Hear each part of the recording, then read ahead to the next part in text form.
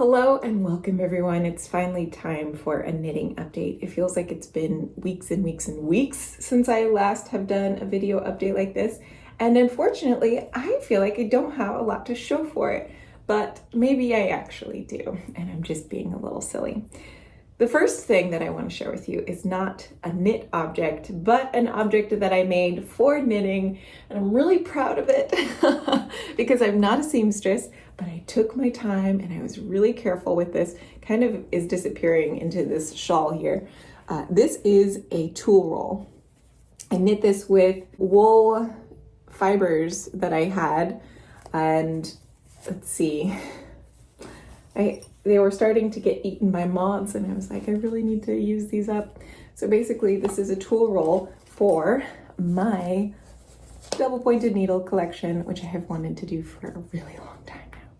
So I decided to use a numbering system that could be used for basically anything. So as things maybe change, these slots don't have to always be for the same needle size. I have a little card here on the end, which tells you which each slot currently is holding. So the size of the needle.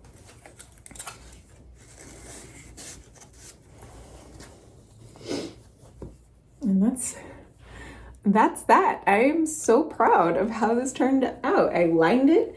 I sewed all the little tiny pouches. It fits my needles really well. It's super functional. It functions really well. And I really like it. I decided to go with just a really simple tie because I wanted this to be very easy to open and close, and I didn't want to have to fuss about and fiddle with it for too much. The other project that I have completed are another pair of Emily's favorite socks, again with the Farmer's Daughter fibers. I've been wearing the heck out of these. I really like how they turned out. The ankle is still just a little bit shorter than I would like, but I love the colors so much, and they'll be fine for the summer. I just don't like how they fit with my boots. There's just barely any sock above my boot, and I want a substantial amount of sock above my boot. That has definitely been a bit of a struggle until I think the current pair that I'm working on, I think I finally will have the right ankle length. So for Christmas, Brian gifted me a subscription to the Sock Squad that is by the Farmer's Daughter Fibers, which has been one of my absolute favorite yarn providers. And this one is themed on the artist Jessica Rue. So every month, the Farmer's Daughter Fibers will be sending a full skein and a mini skein that is based on the illustration associated with the month. So this month, the colors reflect the moth here and this dark blue background. And I will show you where we're at. So I have one complete sock and one getting near almost to the heel. The funny thing is, I have followed Emily's favorite sock pattern to a T. I took all of the same measurements that she suggested rather than modifying. Since working on this pattern, I have made two other pairs. And the first pair I made, the foot is quite long and the ankle is a bit short. The second pair I made, the foot is a little bit shorter and the ankle is a little bit longer. But each time modifying the measurements to what I thought would be most appropriate for my foot. This time I used her suggestions, the pattern designer, perfectly. And let me tell you, I think I will finally get the right ankle height, which is just really funny. So if we can compare, you can see how much more ankle there is. Now, of course, once the sock stretches out, it loses some of that length, I think. But that's going to be pretty darn good, I think. I am a little bit worried about how the foot will feel because that is considerably shorter than what I've been doing. I have very narrow, flat feet, but they are long. It feels like I will want a longer foot in the future, but we'll see. As I put this one on now, it fits really well, but I'm just a little worried that the heel will kind of like get sucked underneath my foot because it doesn't have the proper length. So we'll see. We'll see how it stretches out and wears. This is kind of more experimenting to kind of nail down the fit of this particular sock pattern. So I started these socks on January 6th when I got my fibers in. And so I'm hoping to finish them by the end of this weekend. And you can just get a little comparison of the colors together. This light blue has little flecks of gray, which are very reminiscent of the moth. It's really beautiful. This is not their Bear Paw sock base, which is the one that I have usually, or the one that I always use when I buy from the Farmer's Daughter Fibers.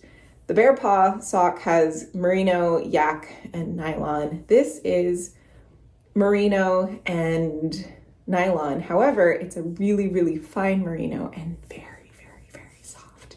It's so soft and fluffy, and I cannot wait to have these on my feet.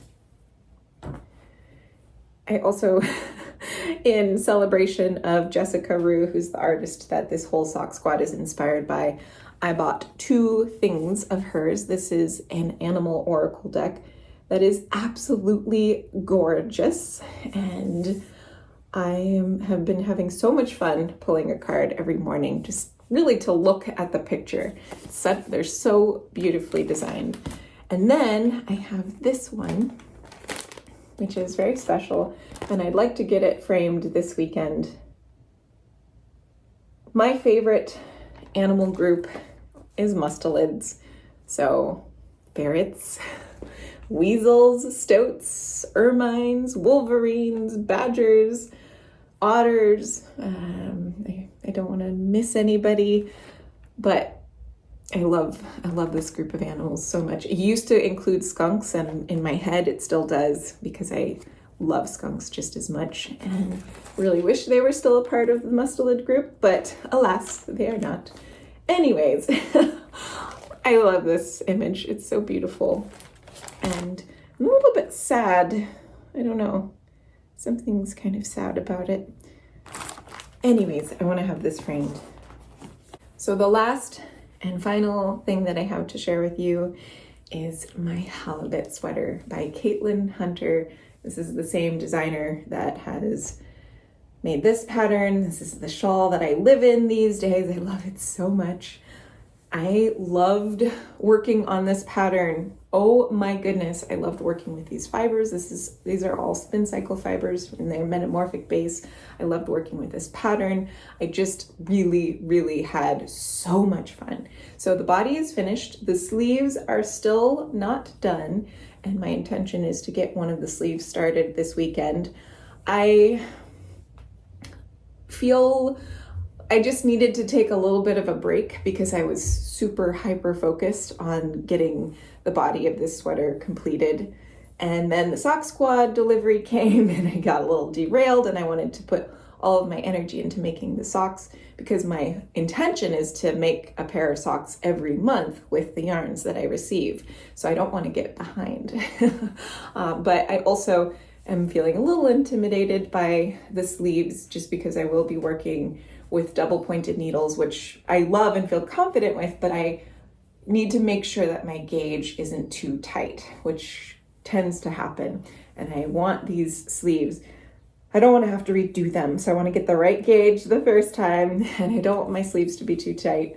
And also, again, I was really hyper focused on this and needed to kind of take a little bit of a break before I hyper focus once again to get this sweater done.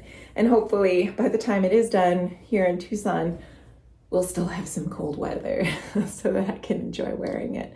I really worry about that, but it is only January. We should have some cold days in February, and maybe we'll have cold days in March. Maybe we'll even have some cold days in April. We'll see. So hopefully I'll get lucky. if not, we're going to Iceland. I want to take a trip somewhere really cold. So anyways, that's the halibut sweater. And if you just look really closely, there are two little eyeballs, just like the halibut. Well, it has two eyeballs, but I mean on the same side. That's what's special about halibut. Okay, that is it. Those are my updates. Thank you guys so much for watching, and I'll see y'all in the next video. Happy knitting. Bye.